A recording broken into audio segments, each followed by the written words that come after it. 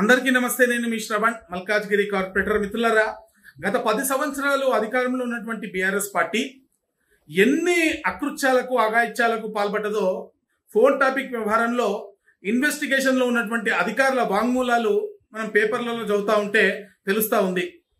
ఒకవైపు ఆర్థిక విధ్వంసం, లిక్కర్ స్కామ్ కానివ్వండి, లేదా మన కాళేశ్వరం ప్రాజెక్ట్ కానివ్వండి, ఇలా ప్రతి ఒక్క ఏ ఒక్క అంశం తీసుకున్నా కూడా అనేక అవినీతి ఉదంతాలు బయటకు వస్తూ ఉన్నాయి.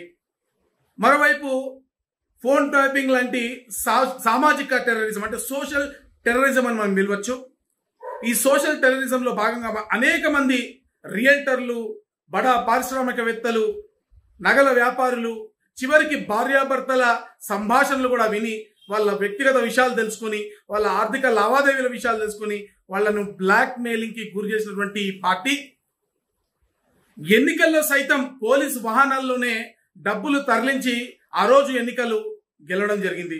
ఈ విషయాన్ని అప్పట్లో అనేక మార్లు గొంతు చించుకొని చెప్పే ప్రయత్నం చేసినాం. ప్రజా సమస్యలపైన పోరాటం కోసం ఒక ఉద్యమాన్ని పిలుపునిస్తే తెల్లారే ఇంటికి పోలీసులు రావడం, అరెస్టులు చేయడం, ప్రజా సమస్యలపైన చర్చిస్తే లేదా ప్రశ్నిస్తే వెంటనే అక్రమ కేసులకు గురి చేయడం, వేధించడం, ప్రతిపక్షాలే లేకుండా చేయాలని ప్రయత్నం చేయడం. ఈరోజు ఏమైంది? ఈరోజు మీ పార్టీ అధికారంలో పోగానే మీ పార్టీలో ఉన్నటువంటి అనేక మంది రెండు సార్లు రాజ్యసభలో ఉండి, ఎమ్మెల్యేలుగా ఉండి అనేక పదవులు అనుభవించిన వారందరూ కూడా ఈరోజు వేరే పార్టీలో చేయడానికి క్యూలు కడతా ఉన్నారు. అంటే అక్రమంగా తెచ్చుకున్నటువంటి అధికారం శాశ్వతం కాదు. అక్రమంగా మీరు సంపాదించిన డబ్బులు కూడా ఎన్నో రోజులు మీ దగ్గర మిగలవు.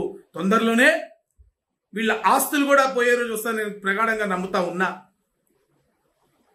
ఎన్నికల్లో పోలీస్ వాహనాల్లోనే డబ్బులు తరలించారంటే వాళ్ళు ఏ ఎలక్షన్లో ప్రజాస్వామ్యయుతంగా గెలిచారని మనం అనుకోవాలి. మీరు చెప్పండి. అంటే ఇప్పుడు ఏం చేస్తారు? ఆ పాత ఎన్నికలన్నీ రద్దు చేస్తారా? లేదా అక్రమాలకు పాల్పడ్డ ప్రతి ఒక్కరిని వెంటాడి వెతికి మరి వాళ్ళకి శిక్షలు వేస్తారా అనేది మనం తొందరలోనే చూడాల్సి ఉంది. అయితే ఈ సందర్భంగా నేను ఈ తెలంగాణ రాష్ట్ర ముఖ్యమంత్రి శ్రీ రేవంత్ రెడ్డి గారికి ఒక విజ్ఞప్తి చేస్తా ఉన్నా. బీఆర్ఎస్ పాలనలో అనేక మంది ప్రతిపక్షాలకు సంబంధించిన పార్టీ నాయకులు కానివ్వండి, లేదా సామాజిక కార్యకర్తలు కానివ్వండి, ప్రజా సమస్యలపైన గొంతెత్తితే ఉక్కు పాదంతో అంచివేశారు, అనేక కేసులను పెట్టారు. ఈ కేసులన్నీ కూడా మీరు ఒక కమిటీ లాంటిది వేస్తారు, మరి ఇంకా ఏదైనా ప్రాసెస్ తీసుకుంటారో మీ ఇష్టం.